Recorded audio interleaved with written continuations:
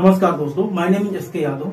आज के इस वीडियो में मैं आपके साथ डिस्कस करूंगा एसएससी सीएचएसएल 2020 के डॉक्यूमेंट वेरिफिकेशन के कंप्लीट प्रोसेस के बारे में कि किस तरह से डॉक्यूमेंट वेरिफिकेशन की प्रक्रिया हो रही है, कौन कौन से डॉक्यूमेंट्स आपसे लग रहे हैं और आपको वहाँ पे क्रूशियल डेट का क्या इशू है, ओबीसी और ईडब्ल्यूएस के लेकर क्या इशू देखने को मिल रही है। सारी चीजों की अपडेट हमको मिल गई है। इस वीडियो में कंप्लीट आपके साथ यहाँ पे डिटेल डिस्कस करूंगा। और एक बात मैं बता देना चाहता हूँ कि जो इन्फॉर्मेशन हमको नहीं मिली है उसके बारे में मैं किसी भी तरह की यहाँ पे इन्फॉर्मेशन आपको नहीं देना चाहूंगा। जैसे कि ओबीसी प्रोविजनल के लेकर अभी तक कोई भी स्पष्ट कैंडिडेट से मेरी बात नहीं हुई है, तो इस विषय में बिल्कुल बात नहीं करूंगा। हाँ, क्लियर जिनको मिला है वो कैंडिडेट से मेरी बात हुई है, वो चीज के बारे में बात करेंगे। ईडब्ल्यूएस कैंडिडेट से बात हुई है, तो इन सारी चीजों के बारे में मैं आपसे वीडियो में डिस्कस करूंगा। तो सबसे पहले मैं बात कर लेता हूं कि आपका प्रोसेस क्या है, किस तरह से वहां पर आपका डॉक्यूमेंट वेरिफिकेशन हो रहा है। सबसे पहले आपकी एंट्री होगी। ओके, आपकी एंट्री हुई। अब जैसे ही आपकी एंट्री हो जाएगी उसके बाद आपको अंडरटेकिंग फॉर्म मिलेगा। अंडरटेकिंग फॉर्म मिलने के बाद आपका बायोमेट्रिक होता है। बायोमेट्रिक में यदि आपको प्रॉब्लम होती है तो आपको समय दिया जाता है। जैसे कि आपकी बायोमेट्रिक आपने देने गए थे, तो वहां पर अगर आपका बायोमेट्रिक फर्स्ट 1-2 टाइम्स में नहीं लिया तो आपको लास्ट में बैठ दिया जाता है। तो यहाँ पे ये थोड़ी सी इशू देखने को मिल रही थी बायोमेट्रिक में, लेकिन हाँ, सबका बायोमेट्रिक वहां पे अच्छी तरह से हो गया। बायोमेट्रिक के बाद आपके डॉक्यूमेंट्स चेक किए जाएंगे। तो कौन कौन से डॉक्यूमेंट्स आपको ले जाने हैं वो मैंने कंप्लीट लिस्ट यहाँ पे बना रखी है। और एनओसी का क्या यहाँ पे इशू हो रहा था और यहाँ पे आईडी प्रूफ को लेकर 1-2 कैंडिडेट से थोड़ी सी इशू हुई, वो चीज आप यहाँ पे समझ लीजिएगा। तो मैं बात सबसे पहले आपका एडमिट कार्ड, आपका डॉक्यूमेंट वेरिफिकेशन का जो एडमिट कार्ड है वो आपको वहां पे ले जाना है।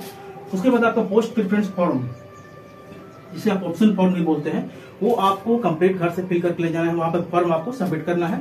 उसके बाद 10th का मार्कशीट और ओरिजिनल सर्टिफिकेट। देखिए, मार्कशीट और ओरिजिनल दोनों अलग सर्टिफिकेट होता है, लेकिन कई स्टेट में दोनों एक ही सर्टिफिकेट पर मेंशन होता है। वहां पर लिखा रहेगा मूल प्रमाण पत्र या सर्टिफिकेट। आप देख सकते हैं कि आपका मार्कशीट के नीचे रहेगा ओरिजिनल सर्टिफिकेट, या बिहार में तो मार्कशीट अलग मिलता है और आपका जो ओरिजिनल सर्टिफिकेट अलग मिलता है। सेम उसी तरह से 12th का मार्कशीट और इसका ओरिजिनल सर्टिफिकेट, ठीक है।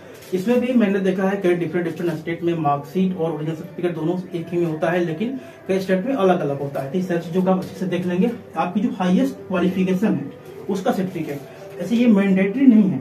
ओके, अगर इसमें आपको थोड़ा सा भी मतलब सर्टिफिकेट नहीं ले पाए तो कोई इशू नहीं होगा, लेकिन आपको यहाँ पे ले जाना है हाईएस्ट क्वालिफिकेशन का सर्टिफिकेट। जैसे आपने ग्रेजुएशन किया है, एमए किया है, वो सब चीज आप यहाँ पे ले जाएंगे। उसके बाद आपका कास्ट सर्टिफिकेट, जैसे कि SC ST certificate, OBC certificate, आप पीडब्ल्यूडी कैंडिडेट है वो ले जाएंगे, ईडब्ल्यूएस कैंडिडेट है तो वो अपना वो ले जाएंगे। ओके, उसके बाद यदि आप एक सर्विसमैन है तो वो अपना सर्टिफिकेट ले जाएंगे।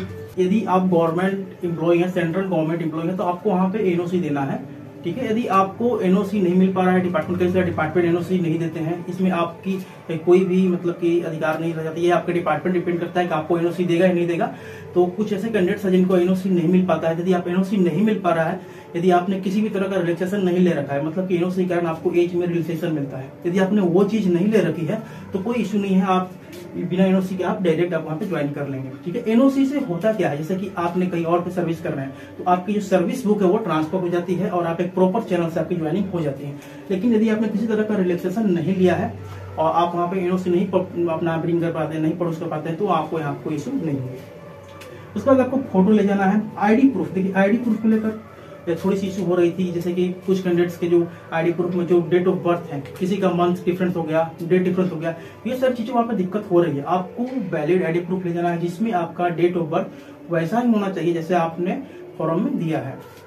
उसके बाद आपका 2 सेट जिरक्स, सबका आपका 2 सेट जिरक्स ले जाना है। जिरक्स मतलब आपकी छाया प्रति। ओके, तो ये सारी चीजें थी आपकी प्रोसेस और रिक्वायर्ड डॉक्यूमेंट्स के बारे में। अब यहाँ मैं बात करूंगा क्रूशियल डेट का क्या इशू हुआ। तो सबसे पहले मैं ओबीसी की बात करूं तो ओबीसी का जो क्रूशियल डेट का पहले क्या है, मतलब 3 साल तक, पिछले 3 साल तक यदि आपका क्रूशियल डेट का पहले का है तो कैंडिडेट को क्लियर मिल रहा है, ठीक है। अभी कोई भी ऐसे कैंडिडेट से मेरी डायरेक्टली बात नहीं हुई है। जब तक बात नहीं होती है मैं यहाँ पे वीडियो नहीं बनाता हूँ। तो ऐसी सुनी बातों आ रही है कि यूआर में कंसिडर किया जा रहा है, लेकिन मैं इस चीज को भी नहीं कहूंगा क्योंकि मुझको ऐसी इन्फॉर्मेशन कहीं से डायरेक्टली नहीं मिली है, ठीक है। तो ओबीसी को अभी क्लियर मिल रहा है जिनका क्रूशियल डेट के पहले का है। बात के बारे में अभी अपकमिंग जो भी आपका डॉक्यूमेंट वेरिफिकेशन कैंडिडेट्स का मेरा बाकी है जो मेरे से जुड़े हुए हैं, उनके जैसे ही अपडेट आएगा आपको मिल जाएगी। ईडब्ल्यूएस की बात करूं तो ईडब्ल्यूएस में आपको यहाँ पे प्रोविजनल बिल्कुल नहीं मिल रहा है, तो इसकी स्पष्ट जानकारी है। यहाँ पर आपका जो फाइनेंशियल ईयर होगा 2019-20 होना चाहिए, वैलिड ईयर होगा 2021 होना चाहिए। यहाँ पे क्रूशियल डेट का इशू नहीं हो रहा है, जैसे कि आपका फाइनेंशियल ईयर यही रहना चाहिए। क्रूशियल डेट अवधि के बाद का भी सर्टिफिकेट होता है तो कोई इशू नहीं होगा, सिर्फ आपका फाइनेंशियल ईयर और वैलिड ईयर ही इंपॉर्टेंट है। ये जानकारी आपके लिए काफी हेल्पफुल होगी। वीडियो हेल्पफुल लगे तो लाइक जरूर कीजिए। Thanks for